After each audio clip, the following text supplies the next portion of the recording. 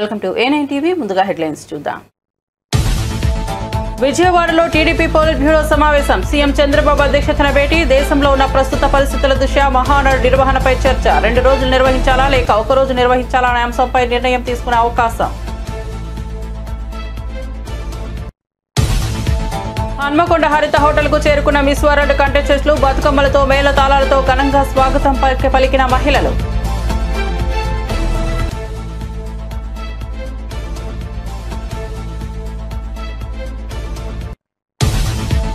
BJP నేతలకు MLC Addanki Dayakar సవాల్. అబద్దాలు ప్రచారం చేయడంలో బీజేపీ నేతలు దిట్టా అని వెల్లడి. ఎన్వీఎస్ఎస్ ప్రభాకర్ చెప్పినట్లు జూన్ 2 లేదా డిసెంబర్ బీఆర్ఎస్ లో కాంగ్రెస్ విలీనం కాకపోవడం, రాష్ట్రంలో మీ పార్టీని రద్దు చేసుకుంటున్నారా అని సవాల్. అమెరికాలోని డల్లాస్ నగరంలో ఘనంగా తెలంగాణ ఆవిర్భావ దినోత్సవం. హైదరాబాద్ ను తెలంగాణను ప్రేమించే ఎన్ఆర్ఐలు డల్లాస్ లో జరగనున్న తెలంగాణ ఆవిర్భావ దినోత్సవం. బీఆర్ఎస్ రజతోత్సవ వేడుకల్లో తప్పక పాల్గొనాలన్న శ్రీనివాస్ యాదవ్.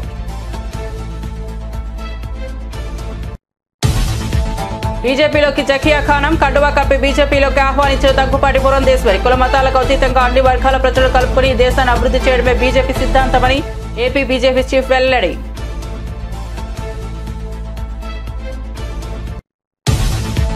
మహారాష్ట్ర సీఎం ఫడ్నవీస్ తో రోహిత్ శర్మ భేటీ. రాజకీయ ప్రవేశంపై ఊహాగానాలు. రోహిత్ రాజకీయ ప్రవేశంపై సోషల్ మీడియాలో చర్చ.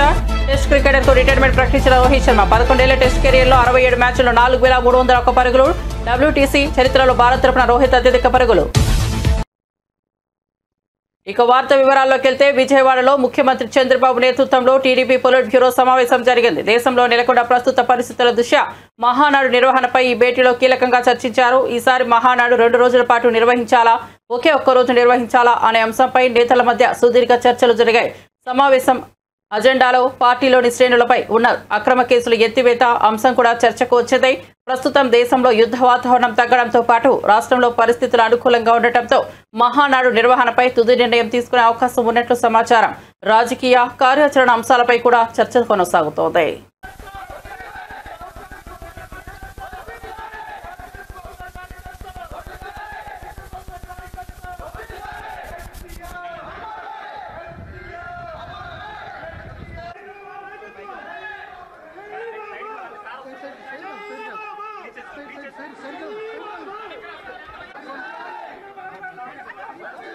విజయవాడలో జరిగిన టెక్ AI 2.0 కాంక్లేవ్ లో ముఖ్యమంత్రి చంద్రబాబు నాయుడు పాల్గొన్నారు. ఈ సందర్భంగా ఆయన pathway to prosperity, next gen animal husbandry visionary పుస్తకాలను ఆవిష్కరించారు. ఆధునిక సాంకేతికత AI ద్వారా పశు సంవర్ధనలో సమగ్ర అభివృద్ధి సాధ్యమని వ్యాఖ్యానించారు. వ్యవసాయ రంగంలో దేశంలో ఏపీ మొదటి స్థానంలో ఉందన్నారు. పరిశ్రమలు రావడం ద్వారా ఆదాయం, ఉపాధి 2 పెరుగుతాయని చెప్పారు. అంతర్జాతీయ స్థాయిలో తెలుగు వాళ్ళ ప్రతిభ గురించి గుర్తు చేశారు. ప్రభుత్వ, ప్రైవేట్ భాగస్వామ్యంతో మార్పులు సాధ్యమయ్యాయని వివరించారు. తాను నిత్య విద్యార్థినని, నిరంతరం నేర్చుకుంటూ ముందుకెళ్తానని తెలిపారు. రెడీగా ఉండాలి, మినిమం మ్యాక్సిమం. కమర్షియల్ లేకపోతే సర్వైవ్ అవుతాను, 2 ఉండాలి కదా. ఇప్పుడు గవర్నమెంట్ చూడ డైరెక్టర్ గారు, ఇప్పుడు ఏదైనా ఇండియాలో ఎక్కడ సక్సెస్ అయింది వీళ్ళది ఒకటి ఉంది, ఇంకా కొన్ని ఉన్నాయి. ఏది సక్సెస్ అయింది, ఎంతవరకు మీ నోటీస్కి వచ్చాయి?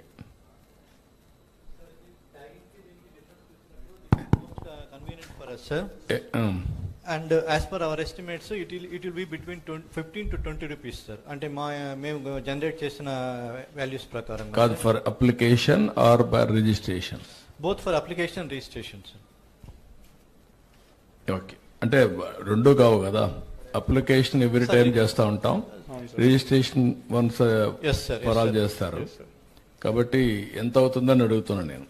Okay, you will do one thing as a proof of concept will give you. You start the work. ఒక మండలమో ఒక డిస్ట్రిక్ట్ ఇచ్చి, తిరుపతి జిల్లా అంతా చేశారా? జిల్లా మొత్తం చేయలేదు సార్. 25,000 చేశారు. మొత్తం ఎన్ని ఉన్నాయి ఆ జిల్లాలో? సార్, ఆ జిల్లాలో 1,06,000 ఉన్నాయి సార్. 1,06,000 తిరుపతి జిల్లా చేసేయండి. చేసి అప్లికేషన్ పెట్టండి. దాన్ని బేస్ చేసుకొని రిప్లికేషన్ స్టేట్ అంతా చేద్దాం. అయితే ఆల్ దీస్ థింగ్స్ అగైన్ నీ ఆ ప్రోగ్రామ్స్ అన్ని RTGS లో ఉండే మన ఇన్ఫర్మేషన్ డేటా లేక్కే లింక్ కావాలా. ఇది కాదు, ఇది డాష్ బోర్డ్ కూడా డేటా లేక్ ఉంది. ఆ డేటా లేక్ వస్తే మనకు యూనిక్గా ఉంటాయి. ఇదే వాడండి, దానికి వాడండి. అలాగే సార్. కొంత ఆ ఇన్ఫర్మేషన్ కూడా టక్కర్ గారికి ఇవ్వాలి, చెప్తాను నేను చేయాలి. అలాగే Sir, as of now, actually we are not collecting farmers' Aadhaar because as we are a private company, there are chances for leakage. No, Aadhaar, farmers Aadhaar, you cannot do it. Yes, sir. Nobody is mandated. Okay. That is, Government of India alone can do that. Okay, sir. UID only they can do, not anybody. నువ్వు ఈ animal data కూడా as on today you have taken initiative. Tomorrow governments will have all these things. Yes, sir. But you are preparing a proof of concept. I will guide you. Sure, sir. First of all, we will take to the next level Sure, sir. Thank you your so much. innovation. Thank you, sir. తెలంగాణలో ప్రజాప్రభుత్వం అధికారంలోకి వచ్చిన తర్వాత గృహ నిర్మాణంపై ప్రత్యేక దృష్టి సారించినట్లు ఉప ముఖ్యమంత్రి బట్టి విక్రమార్క పేర్కొన్నారు. గత ప్రభుత్వం 10 ఏళ్ల పాటు డబుల్ బెడ్రూమ్ ఇల్లు ఇస్తామంటూ ప్రజలను మోసగించిందని ఆరోపించారు. ఇప్పుడు ప్రతి ఇంటికి 5 లక్షలతో సంవత్సరానికి 3,500 ఇళ్లు మంజూరు చేస్తున్నామని తెలిపారు. ఈ ఒక్క ఏడాదిలోనే 22,500 కోట్ల వ్యయంతో ఇందిరమ్మ ఇల్లు పథకాన్ని పురోగతిలోకి తీసుకొచ్చామని వెల్లడించారు. సామాన్యులకు న్యాయం జరిగేలా ప్రజాప్రభుత్వం కృషి చేస్తోందని పేర్కొన్నారు. తెలంగాణలో గృహ కలను నెరవేర్చేందుకు ప్రభుత్వం సంకల్పంతో ముందుకు సాగుతోందని స్పష్టం చేశారు. ఇల్లు లేనటువంటి పేద ప్రజానికం సంఖ్య పెరిగితే మన ప్రభుత్వం ప్రజల ప్రభుత్వం రాగానే ప్రతి ఇంటికి 5 లక్షల రూపాయలతో ఈ సంవత్సరమే ప్రతి శాసనసభ నియోజకవర్గంలో 3,500 ఇళ్లు శాంక్షన్ చేసి ప్రతి సంవత్సరం 3,500 ఇళ్లు శాంక్షన్ చేసుకుంటూ పోతాం. రాబోయే ఈ మొత్తం 5 సంవత్సరాల్లో నాకు తెలిసి ప్రతి శాసనసభ నియోజకవర్గంలో ఇల్లు లేనటువంటి వాళ్ళందరికీ ఇల్లు వచ్చేటట్టుగా ఒక ప్రణాళికాబద్ధంగా ముందుకు పోతాం. ఈ ఒక్క సంవత్సరమే 22,500 కోట్ల రూపాయలతో ఇందిరమ్మ ఇల్లు శాంక్షన్ చేసే కార్యక్రమం ముందుకు పోతాం. అలాగే గిరిజన కుటుంబాలకి ఆ రోజుల్లో కాంగ్రెస్ ప్రభుత్వం ఇచ్చినటువంటి ROFR పట్టాలుంటే అది ఒక 12,500 కోట్ల రూపాయలతో కొత్త పథకాన్ని తీసుకొని ముందుకు పోతాం. ఇలా ప్రతి కుటుంబంలో ఇటు రుణమాఫీ, రైతు భరోసా, ఇందిరమ్మ ఇల్లు, లేకపోతే ఉచిత బస్సు రైడు, 200 యూనిట్ల కరెంటు, లేకపోతే రాజు యువ వికాసమో, లేకపోతే రాజు ఆరోగ్యశ్రీనో, ప్రతి పథకం ద్వారా వాళ్ళకి సంవత్సరానికి పెద్ద ఎత్తున కొన్ని వేల రూపాయలు వాళ్ళకి ఆదా అయ్యేటట్టుగా ఈ రాష్ట్ర ప్రభుత్వం కల్పిస్తూ ముందుకు పోతా ఉంది. కొద్ది రోజుల్లోనే ప్రతి కుటుంబానికి రాష్ట్ర ప్రభుత్వం ద్వారా ఏ పథకం ద్వారా ఎంత వచ్చిందో లెక్కలతో సహా విడుదల చేయబోతా ఉన్నాం. తెలంగాణ సచివాలయంలో 4 నూతన సమాచార కమిషనర్ల ప్రమాణ స్వీకార కార్యక్రమం ఘనంగా జరిగింది. ముఖ్య అతిథిగా రాష్ట్ర ముఖ్యమంత్రి రేవంత్ రెడ్డి హాజరై వారిని అభినందించారు. కార్యక్రమంలో పివి శ్రీనివాసరావు, మొసీనా పర్వీ, దేశాల భూపాల్, అయోధ్యారెడ్డి ఒక్కొక్కరిగా రాష్ట్ర సమాచార కమిషనర్లుగా ప్రమాణం చేశారు. ప్రజలకు సమాచారం అందించే బాధ్యత వహిస్తున్న ఈ పదవిలో పారదర్శకత పాలనకు వారు తోడ్పడాలని సీఎం ఆశాభావం వ్యక్తం చేశారు.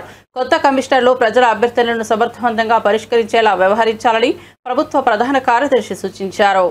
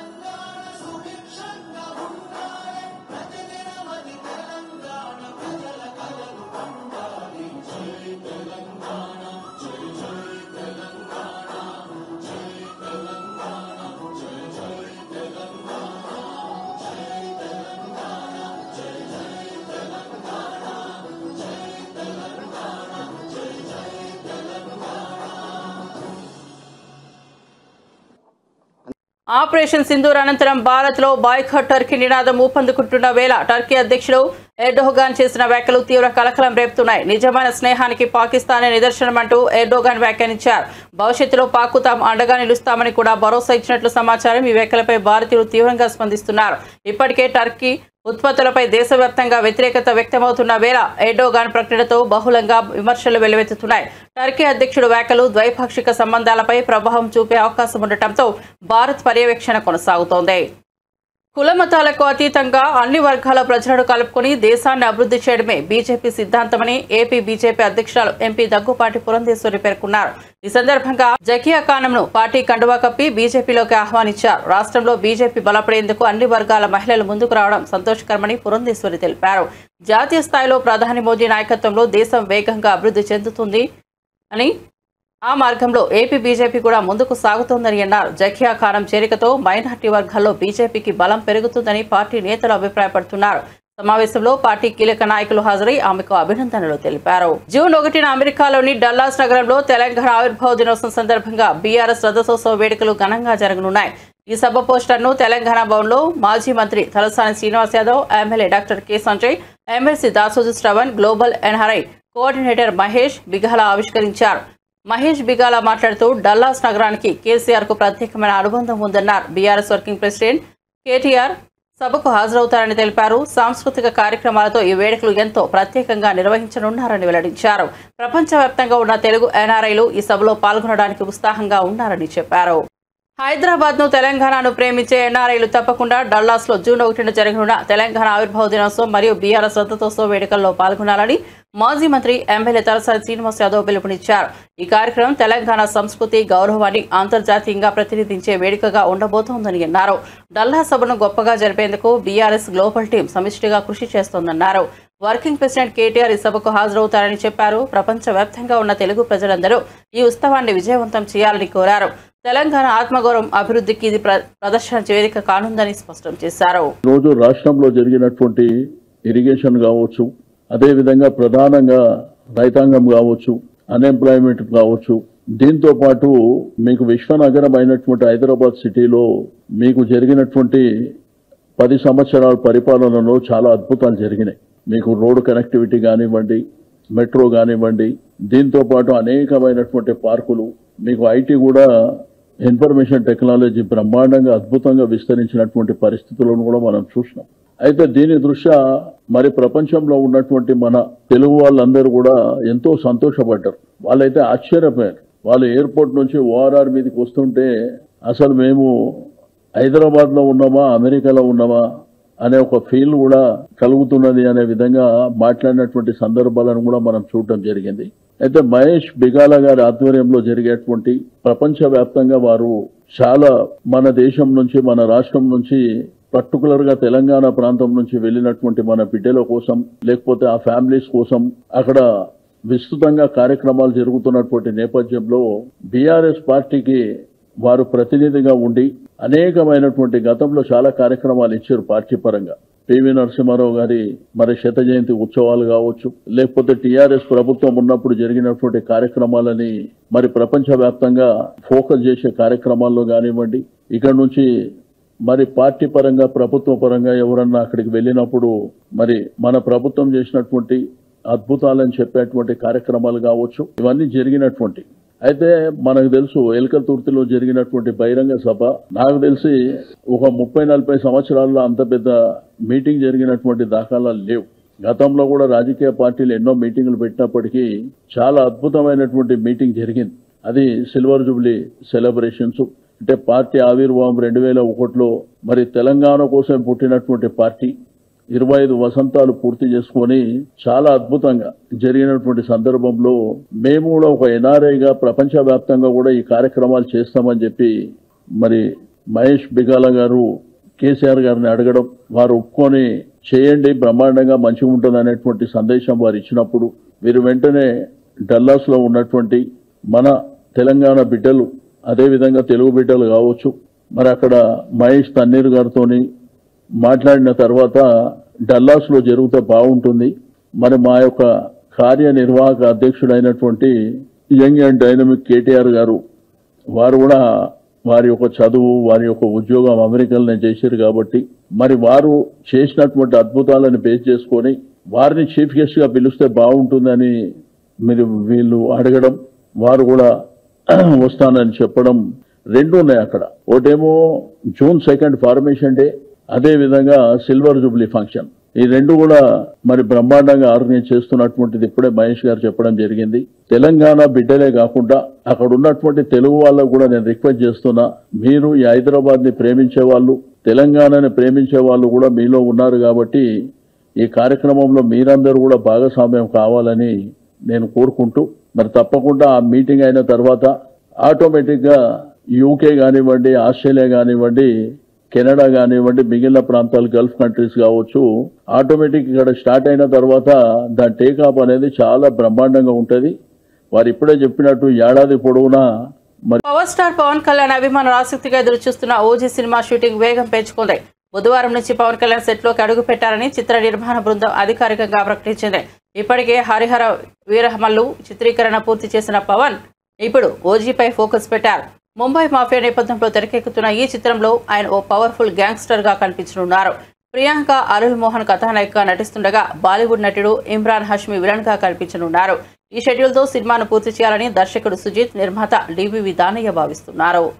బీఆర్ఎస్ ఎమ్మెల్సీ కవిత కొత్త పార్టీ ప్రారంభించనున్నారన్న వార్తలపై రాజకీయ వర్గాల్లో చర్చ కొనసాగుతోంది. ఈ నేపథ్యంలో కాంగ్రెస్ నేత సామ రామ్మోహన్ రెడ్డి స్పందించారు. కవిత కొత్త పార్టీ పెట్టాలన్న ఆలోచనను స్వాగతిస్తున్నామని చెప్పారు. సొంత పార్టీ తన తండ్రి కేసీఆర్ కుటుంబ సభ్యులపై కవితకు అసంతృప్తి ఉందని వ్యాఖ్యానించారు. గతంలో తనను జైల్లో పెట్టిన వాళ్లను వదిలిపెట్టనని కవిత స్పష్టం చేయగా ఇప్పుడు అదే బీజేపీతో బీఆర్ఎస్ ఒప్పందం చేసుకోవడం ఆమెకు జీర్ణించుకోలేకపోయిందని చెప్పారు. దీంతో కవిత బాహాటంగానే తన అసంతృప్తిని వ్యక్తం చేస్తోందని సామ ఆరోపించారు.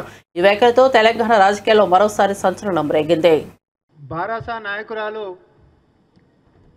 కల్వకుంట్ల కవిత గారు మరికొన్ని రోజులల్లా ఒక కొత్త పార్టీ పెట్టాలనేటటువంటి యోచనని మేము స్వాగతిస్తూ ఉన్నాం. మహిళలకి మొదటి నుంచి కూడా రాజకీయాల్లో అన్యాయం జరుగుతుందని చెప్పి తను ఏ వేదిక దొరికిన ఈ మధ్యకాలంలో మహిళల అంశమైన, బీసీల అంశమైన, సామాజిక తెలంగాణ అంశమైన, లేకపోతే ప్రభుత్వ సంక్షేమాల విషయమైన ఈ మధ్యకాలంలో అన్ని మీడియాలలో కూడా గత 10 సంవత్సరాలు కూడా మరి తెలంగాణలో జరిగినటువంటి అన్యాయాన్ని పరోక్షంగానే కవిత గారు మరి వాళ్ళ సొంత పార్టీ, వాళ్ళ తండ్రి కేసీఆర్ గారి పైన మరి తన యొక్క అసంతృప్తిని పరోక్షంగా ఎక్కడ వేదిక దొరికినా అవకాశం వదిలిపెట్టకుండా మరి ఈ మధ్యకాలం మాట్లాడడం మనందరం కూడా విన్నాం. అయితే దానికి ఉదాహరణలు కూడా మనం మాట్లాడుకోవచ్చు.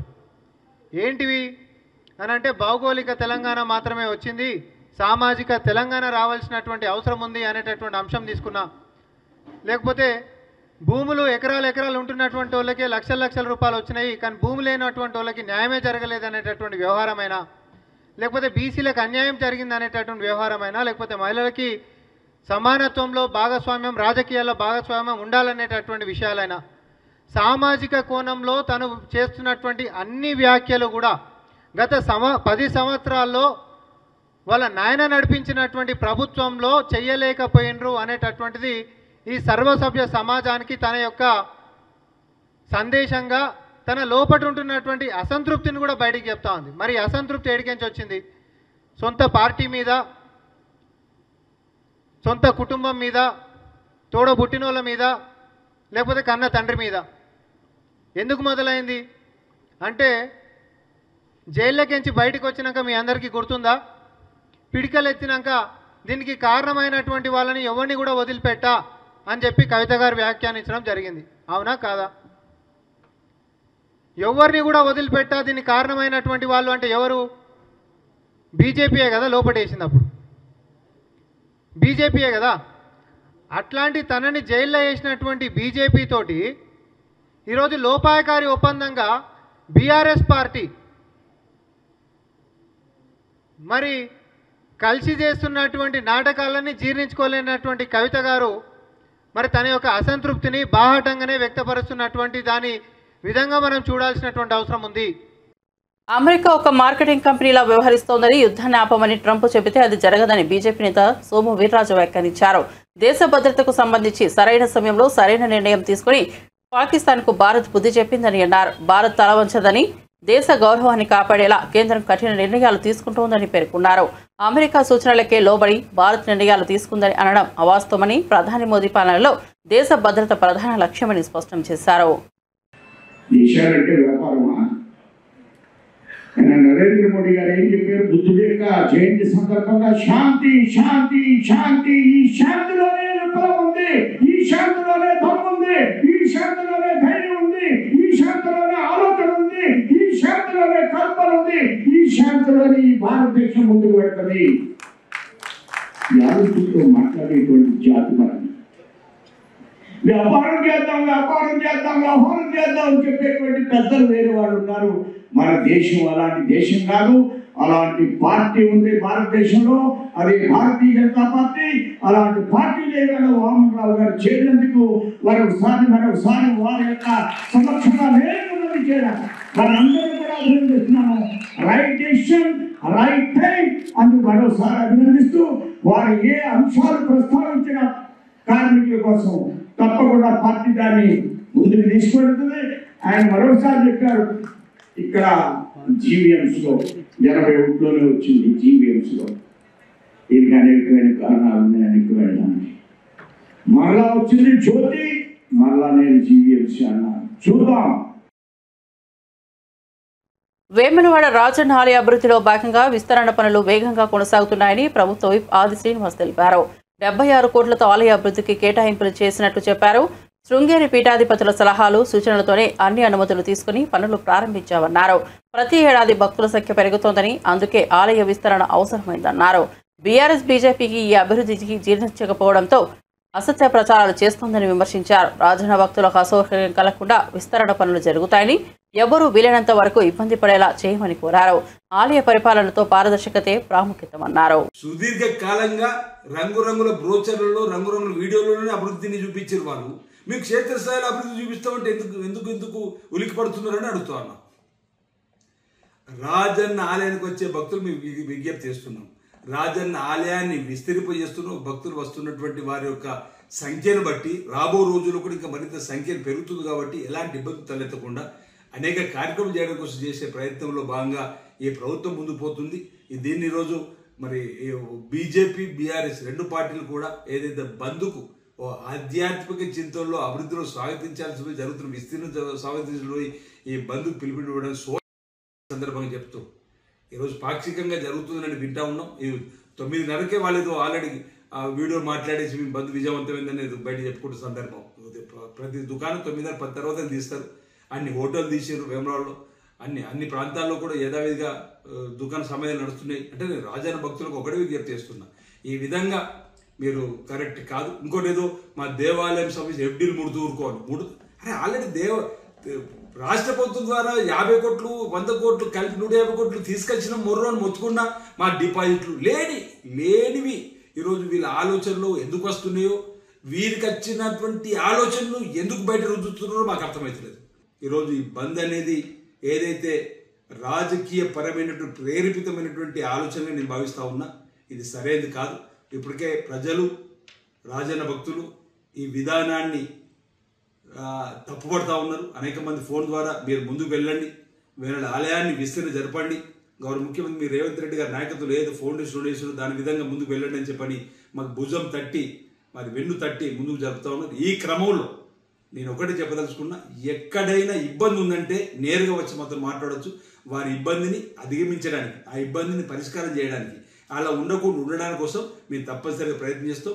మీ ఆలోచన పరిరక్షణ కమిటీ రాజన్న ఆలయ ఒకరు అంటారు మేము అభివృద్ధికి అడ్డం కాదు, కానీ గుడిని దర్శనం చేసుకుంటూ అభివృద్ధి చేయమని. అది ఎలా సాధ్యమైతే మీరు వచ్చి మాతో నేరుగా మాట్లాడి చర్చించండి. మీరు ఇల్లు కట్టుకుంటప్పుడు ఇంట్లో ఉండి ఇల్లు కట్టుకుంటాము సాధ్యమవుతుంది మాత్రమే మాకు ప్రాక్టికల్గా నిరూపించండి. దానికి ఆ విధంగా కూడా మాకు చేయడానికి అభ్యంతరం లేదు. కాస్త కొద్ది రోజులు భక్తులు కూడా మీరు విజ్ఞప్తి చేస్తున్న ఓపిక పట్టాలని, వీలైతే తొందరలోనే మేము మీ టెండర్లు పిలువబడ్డ తర్వాత పనులు మొదలైన రోజు నాడు కూడా రాజన్న భక్తులకు క్లారిటీ ఇస్తాం. బీజేపీ నేత ఎన్వీఎస్ఎస్ ప్రభాకర్ చేసిన వ్యాఖ్యలపై కాంగ్రెస్ ఎమ్మెల్సీ అద్దంకి దయాకర్ తీవ్రంగా మండిపడ్డారు. బీఆర్ఎస్ కాంగ్రెస్ మధ్య డీల్ కుదిరిందన్న ఆరోపణలు అబద్ధాలని బీజేపీ నేతలకు మెదడు మోకాలలో ఉందంటూ ఆగ్రహం వ్యక్తం చేశారు. బీఆర్ఎస్ పార్టీ ఎందుకు కాంగ్రెస్ లో విలీనమవుతుందని ప్రశ్నించిన దయాకర్ బీజేపీ జోక్లే మాట్లాడుతోందన్నారు. బీజేపీకి బీఆర్ఎస్ కు ఒక్కటే డిఎన్ఏ అని ఆరోపించారు. ఈ టర్మ్ కాదు, వచ్చే టర్మ్ కూడా రేవంత్ రెడ్డి సీఎం అవుతారని బీజేపీకి ముందే క్లారిటీ ఉందని విమర్శించారు. బీజేపీ దుష్ప్రచారాలపై తాము భయపడమని, ఎదురు దెబ్బ తీయడానికి సిద్ధమన్న దయాకర్ వ్యాఖ్యలు తెలంగాణ రాజకీయాల్లో హీట్ పెంచాయి. మామూలుగా మేమేమనుకుంటామంటే బీజేపీ వాళ్ళకు మోకాళ్ళ కాడ మైండ్ ఉంటుంది అనుకుంటాం. అది మోకాళ్ళల్లో కూడా లేదు, అరికాళ్ళలో పడిపోయిందని తెలుస్తుంది. ఇప్పుడు ఒక రోజున కిషన్ రెడ్డి అయితే, ఇంకో రోజున బండి సంజయ్ అయితే, మరొక రోజున ఈటెల రాజేందర్ అయితే, ఇంకో రోజున ఎన్వీఎస్ఎస్ ప్రభాకర్ అవుతాడు. ముఖాలు మారుతాయి తప్పితే వాళ్ళ బుద్ధిలో మార్పు అయితే రాదు. ఎందుకు ఈ పరిస్థితిలో డిఎన్ఏ ఇట్లెందుకు ఉన్నది అని ఆలోచిస్తే వాళ్ళకు అబద్ధాలను ప్రచారం చేయడం అనేది ఒక తంతుగా మారిపోయింది. ఈటెల రాజేందర్ లాంటి వ్యక్తి లేదంటే ఒక నాయకుడు కేసీఆర్ ఎగ్జిట్ చేసి కేసీఆర్ తీసి పక్కన కొట్టిన రోజు కూడా మాట్లాడని మాటలు ఆయన అధ్యక్ష పదవి కొరకో లేదంటే ఆయన రాజకీయ మనుగడ కొరకో రేవంత్ రెడ్డి గారి మీద మాట్లాడతారు. ఇప్పుడు మా ప్రభాకర్ కూడా ఆయనకు పాపం గెలవలేదు, అది పక్కన పెడదాం. కానీ ఈ మాటలు ఎక్కడ నీకు ఎవరు చెప్పినరో చెప్పు. ప్రభాకర్ కాంగ్రెస్ మీద విషం జిమ్మడం తప్పితే నేను అంటున్నా, జూన్ 2 డిసెంబర్ 9 మనం చూద్దాం. జూన్ 2 అంటే ఇంకొక నెల రోజుల లోపే ఉంది. డిసెంబర్ 9 కూడా నీ కాలం లెక్క ప్రకారం చూస్తే ఒక 5-6 నెలలు ఉంటుంది. కాకపోతే నీ పార్టీని తెలంగాణలో రద్దు చేసుకుంటారా? బీజేపీ పార్టీని తెలంగాణలో రద్దు చేసుకుంటారా? ఎందుకు పనికిరాని చేతగాని మాటలు? మీరు పెంచి ప్రోత్సహిస్తున్న ఆ ట్రోల్స్తోని వాట్సాప్ యూనివర్సిటీలతోనే తెలంగాణ ప్రజలు తెలుగు ప్రజలు కన్ఫ్యూజ్ అవుతున్నారు. మీ మాటలు విని పక్క రాష్ట్రాల ఉప ముఖ్యమంత్రులు కూడా అబద్ధాలను నిజమని నమ్మే స్థితికి వచ్చిండ్రు. పక్కోని కూడా జరగొట్టే దరిద్రులు మీరు. ఇలా ఎందుకు మీకు ఆలోచన వచ్చిందంటే మీకైతే చేతగానట్టుంది, మాతో పోరాడడం మీకైతే చేతగానట్టుంది. నేను గతంలోనే చెప్పిన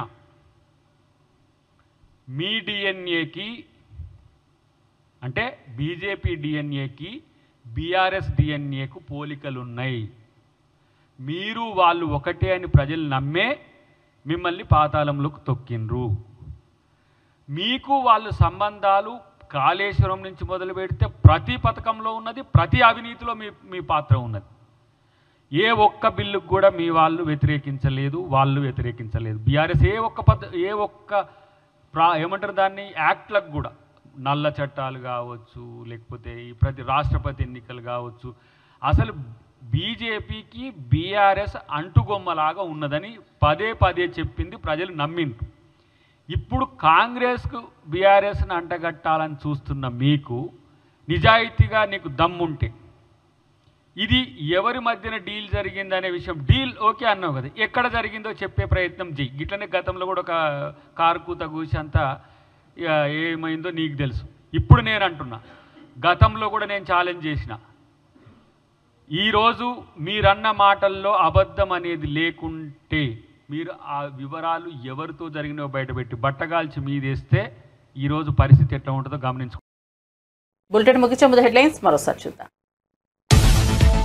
విజయవాడలో టీడీపీ పోలిట్ బ్యూరో సమావేశం. సీఎం చంద్రబాబు అధ్యక్షతన భేటీ. దేశంలో ఉన్న ప్రస్తుత పరిస్థితుల దృష్ట్యా మహానాడు నిర్వహణపై చర్చ. 2 రోజులు నిర్వహించాలా లేక 1 రోజు నిర్వహించాలా అనే అంశంపై నిర్ణయం తీసుకునే అవకాశం. హన్మకొండ హరిత హోటల్ కు చేరుకున్న మిస్ వరల్డ్ కంటెస్టెంట్లు బతుకమ్మలతో మేళ తాళాలతో ఘనంగా స్వాగతం పలికిన మహిళలు.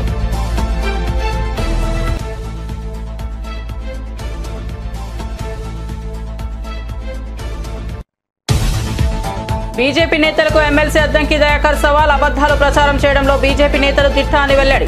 ఎన్వీఎస్ఎస్ ప్రభాకర్ చెప్పినట్లు జూన్ 2 లేదా డిసెంబర్ బీఆర్ఎస్ లో కాంగ్రెస్ విలీనం కాకపోవడం, రాష్ట్రంలో మీ పార్టీని రద్దు చేసుకుంటున్నారా అని సవాల్. అమెరికాలోని డల్లాస్ నగరంలో ఘనంగా తెలంగాణ ఆవిర్భావ దినోత్సవం. హైదరాబాద్ ను తెలంగాణను ప్రేమించే ఎన్ఆర్ఐలు డల్లాస్ లో జరగనున్న తెలంగాణ ఆవిర్భావ దినోత్సవం. బీఆర్ఎస్ రజతోత్సవ వేడుకల్లో తప్పక పాల్గొనాలన్న శ్రీనివాస్ యాదవ్.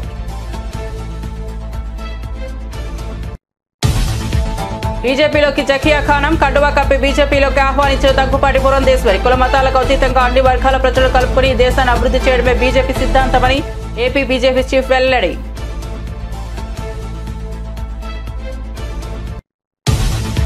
మహారాష్ట్ర సీఎం ఫడ్నవీస్ తో రోహిత్ శర్మ భేటీ. రాజకీయ ప్రవేశంపై ఊహాగానాలు. రోహిత్ రాజకీయ ప్రవేశంపై సోషల్ మీడియాలో చర్చ.